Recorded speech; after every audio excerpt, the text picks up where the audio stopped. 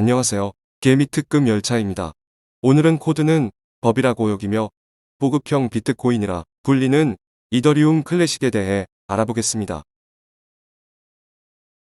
먼저 이더리움과 이더리움 클래식은 2016년 6월 이더리움 플랫폼에 기반을 둔 주요 프로젝트 중 하나인 다오 해킹에서부터 시작됩니다.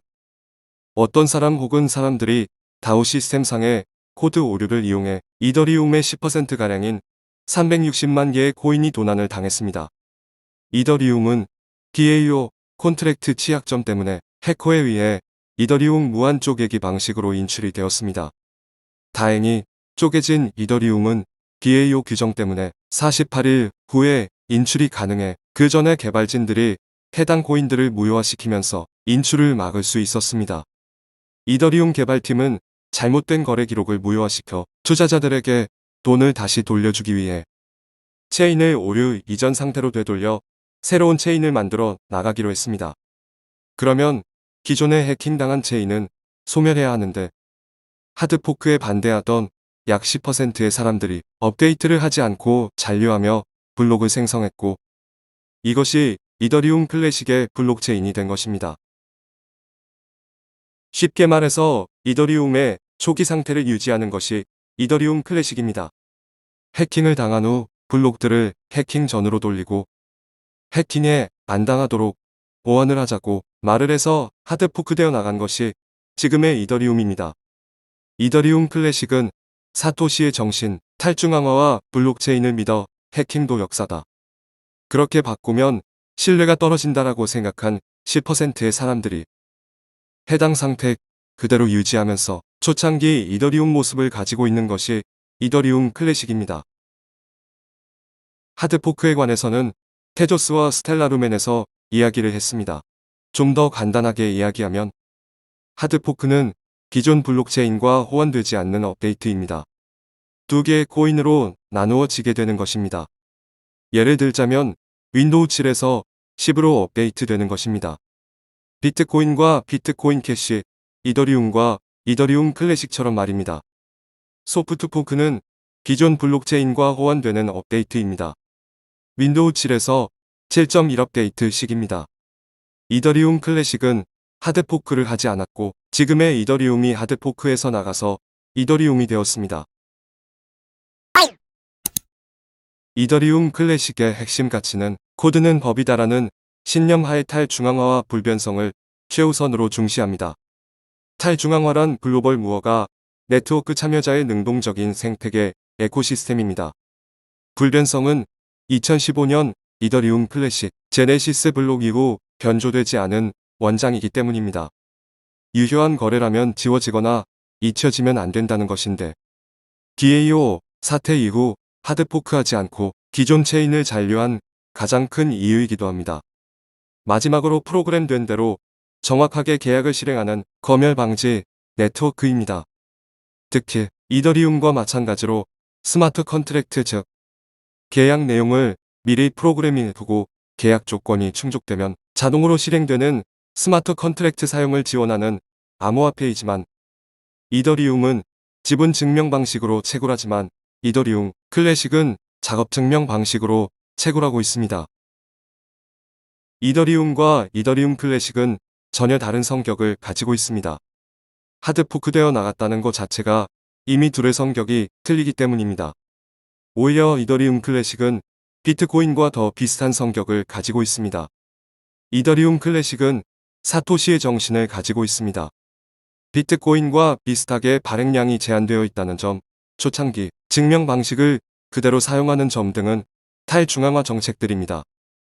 발행량이 정해져 있어서 비트코인을 금으로 이더리움 클래식을 은으로 표현하는 사람들도 많습니다. 현재 이더리움 클래식은 IoT 사이트 기반의 프로젝트들이 메인입니다. 지속적으로 개발한 이더리움보다 확장성이나 사업의 접목성 등이 어렵기 때문에 메인넷을 두고 사이드넷을 두며 확장하는 형식입니다. 이더리움은 답 대피, NFT 등 다양한 프로젝트들을 진행하면서 자신들의 세계를 만들어 가고 있습니다. 특히 최근에 NFT 시장이 전 세계적으로 퍼져나가면서 이더리움 시세가 급등했었습니다. 그러면서 오히려 진짜 이더리움이었던 이더리움 클래식이 이더리움의 가짜라는 소리를 많이 듣고 있습니다.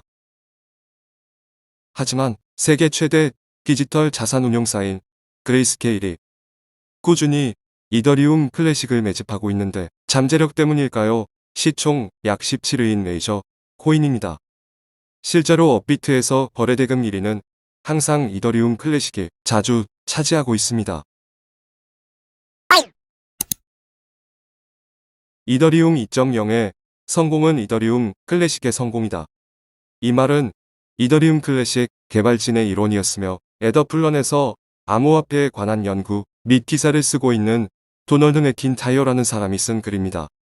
이더리움 클래식이 시장에서 이더리움 1.0의 위치를 대체하고 비트코인과 함께 기본 계층 시스템으로 운영된다고 판단하는 만큼 이더리움의 2.0으로의 성공적인 이주가 이더리움 클래식의 성공에 매우 중요하다고 합니다.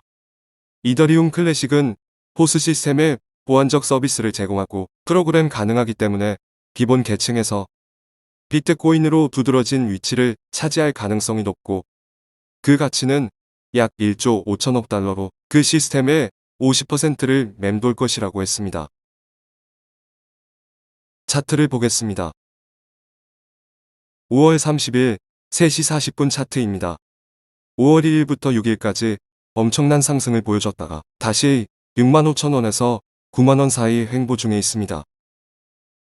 RSI 수치를 보면 46점 정도로 중간 정도입니다. 스캠 스코어를 보겠습니다. 이더리움 클래식은 10점 만점에 6.91점입니다. 상태 점수도 상당히 높습니다. 이더리움과 이더리움 클래식을 비교하기엔 아직까진 이더리움이 좋은 것은 사실입니다. 자신만의 세계가 확고하고 생태계, 플랫폼, NFT 등 다양하게 발전하고 있습니다. 그에 반해 이더리움 클래식은 아직 그렇다 할 자신만의 세계가 없습니다. 하지만 이더리움 클래식은 비트코인처럼 희소성 때문에 가치가 높아지는 성격을 가지고 있습니다. 그레이스케일에서 괜히 포트폴리오에 매집을 하고 있는 것은 아니기 때문에 어떤 프로젝트들을 진행할지 주시해 보아야 할 것 같습니다. 특히나 이더리움 클래식의 경우는 큰 폭으로 폭락이 와도 금방 수급이 들어와 꽤나 빠르게 반등이 나오기도 합니다. 고점에 몰린 사람이 아니라면 밑에서 줍는 전략도 나빠 보이지 않습니다. 물론 우리는 비트코인의 방향을 항상 주시해야 됩니다. 금리 인상 이슈와 중국발 채굴 이슈 등 해소되지 않은 악재들이 있기 때문에 단타 또는 관망하시고 혹은 이익도 짧게 손절도 짧게 치고 빠지는 걸 추천드립니다. 개미는 오늘도 열심히 일을 하네. 개미는 언제나 열심히